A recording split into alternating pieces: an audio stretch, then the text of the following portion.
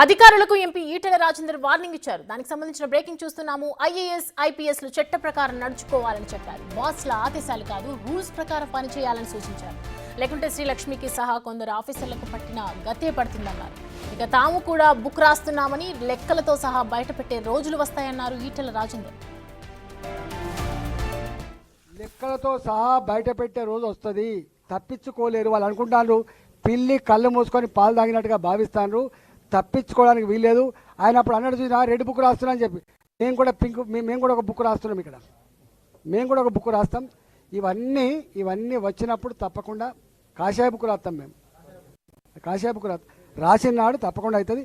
మళ్ళీ చెప్తున్నా, IAS officer కానీ ఐపీఎస్ ఆఫీసర్ కానీ చట్ట ప్రకారంగా నడుచుకోండి తప్ప ఇవాళ వాళ్ళ బాసుల ఆదేశాలకు లోబడి పనిచేస్తే గతంలో శ్రీలక్ష్మి ఎట్ట జైలు పాలైంది, ఇవాళ అనేక మంది ఐపీఎస్ ఆఫీసర్ ఎట్లా జైలు పాలవుతున్నారు, రేపు అనేక మంది విదేశాలు ఎట్లా దాక్కుంటున్నారు, మీకు కూడా గతి పట్టకుండా చూసుకోమని చెప్పి నేను విజ్ఞప్తి చేస్తున్నా. ఐఏఎస్ ఐపీఎస్లకు ఉండే గౌరవం వేరు. మీరు ఎంతో మేధో సంపన్నులు, ఎంతో కష్టపడి ఆ స్థాయికి వచ్చిండ్రు, ఎందుకు దాని గౌరవాన్ని తగ్గిస్తారని నేను కూడా అంటున్నా. రైట్, చూస్తున్నాము. అధికారులకు ఈటెల రాజేందర్ చెప్పాలంటే నిజంగా గట్టిగానే వార్నింగ్ ఇచ్చారు. ఆయన ఐఏఎస్లకు ఐపీఎస్లకు పట్టిన గతే మళ్ళీ పడుతుంది, చట్ట ప్రకారం నడుచుకోవాలంటూ కూడా ఈటెల రాజేందర్ వార్నింగ్ ఇచ్చారు. ఎమ్మెల్సీ ఎన్నికల ప్రచారంలో భాగంగా వరంగల్ జిల్లాలో ఆయన పర్యటించారు. ఈ సందర్భంగా అక్కడ ఏర్పాటు చేసినటువంటి మీడియా సమావేశంలో పాల్గొని మాట్లాడుతూ ఐఏఎస్ ఐపీఎస్ అధికారులు చట్ట ప్రకారం నడుచుకోవాలని సూచించారు, వార్నింగ్ ఇచ్చారు.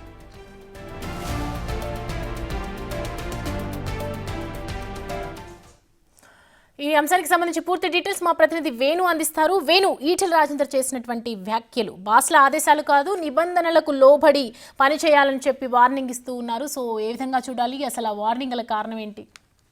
సౌమ్య, ప్రస్తుతము తెలంగాణ లోపల సివిల్ సర్వెంట్ల వ్యవహారంపై తీవ్ర చర్చ జరుగుతున్న నేపథ్యం లోపల ఎంపీ ఈటెల రాజేందర్ కూడా ఐఏఎస్ ఐపీఎస్ ఉద్దేశిస్తూ కూడా వార్నింగ్స్ ఇచ్చిన పరిస్థితి. అందులో ముఖ్యంగా గతంలో మైనింగ్ అక్రమాల్లో జైలుకు వెళ్ళినటువంటి శ్రీలక్ష్మి ఉదంతాన్ని, అదేవిధంగా ఫోన్ టాపింగ్ వ్యవహారం లోపల ఐపీఎస్లు అందులో ఇరుక్కుని అక్రమాలకు పాల్పడి విదేశాల్లో వెళ్లి తలదాచుకోవాల్సిన పరిస్థితి, ఆ దుస్థితి వచ్చింది.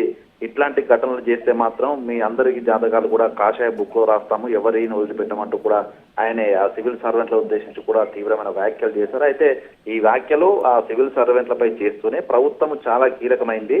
5 సంవత్సరాలు అధికారం నడిపేటువంటి ప్రభుత్వము అది ఏది తలుచుకుంటే సివిల్ సర్వెంట్ అది లోబడి చేయాల్సి ఉంటుంది, చట్ట ప్రకారంగా నడుచుకోవాలి తప్ప మీ బాసు చెప్పినటువంటి విషయాలు తలుపి ఏ పని కూడా చేయొద్దు, అక్రమాలు పాల్పడొద్దంటూ కూడా ఓవైపు ప్రభుత్వానికి సలహాలు ఇస్తూనే అయ్యే సివిల్ సర్వెంట్లకు ఆయనే వార్నింగ్స్ ఇచ్చిన పరిస్థితి కనిపిస్తోంది. ఇక మరోవైపున ప్రస్తుతం జరుగుతున్నటువంటి పనులు, గత ప్రభుత్వ హయాం లోపల జరిగినటువంటి అక్రమాల విషయాలన్నిటి కూడా సమయం వచ్చినప్పుడు బయట పెడతాము, సివిల్ సర్వెంట్ల వ్యవహారం సరిగా లేకుంటే మాత్రం తగిన బుద్ధి చెప్పే పరిస్థితి వస్తుందంటూ కూడా ఆయన చేసిన వ్యాఖ్యలు ప్రస్తుతం దుమారం అయితే రేపుతున్నాయి. అయితే తాను ఎవరిని ఉద్దేశించి చేశారు, ఎందుకు తన వ్యాఖ్యల వెనుక మమ్మరం ఏంది అనేది ప్రస్తుతం ఒక హాట్ టాపిక్ అయితే మారింది సౌమ్య.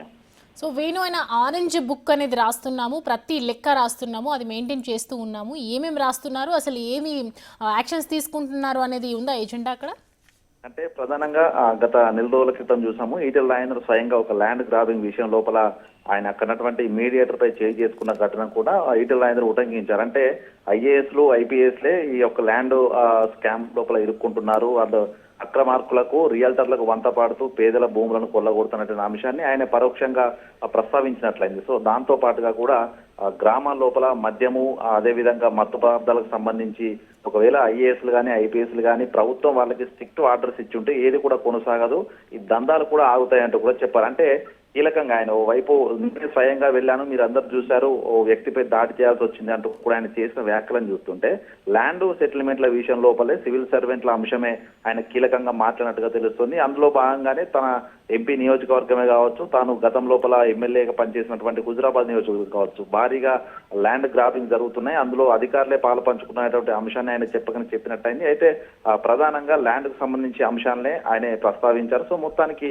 తెలంగాణ లోపల గత 10 ఏళ్ల లోపల ల్యాండ్ గ్రాబింగ్స్, అక్రమార్కుల చెర లోపలికి ల్యాండ్స్ వెళ్లడము, దానికి ఐఏఎస్ ఐపీఎస్ కూడా సహకరించి అంతా కూడా ప్రభుత్వ పెద్దలు చెప్పినట్లుగా సహకరించినటువంటి విషయాన్ని ఆయన పరోక్షంగా ప్రస్తావించడం కూడా బీజేపీ పార్టీలోని నాయకుల మధ్య ప్రస్తుతం చర్చ జరుగుతుంది. మొత్తానికి తాను సమయం వచ్చినప్పుడు అందరి జాతకాలు బయట పెడతాము, ఆరెంజ్ బుక్ స్టడీ చేస్తామని చెప్పిన దాన్ని బట్టి చూస్తే కొంత ల్యాండ్ కు సంబంధించి ఇష్యూల మీద ఆయన ప్రధానంగా గత ప్రభుత్వం పనిచేసిన సివిల్ సర్వెంట్ల అంశాన్ని గత ప్రభుత్వంలో ఉన్నటువంటి నాయకుల బండారాన్ని కూడా బయటపెట్టినటువంటి ఒక చర్చ అయితే జరుగుతుంది సౌమ్య.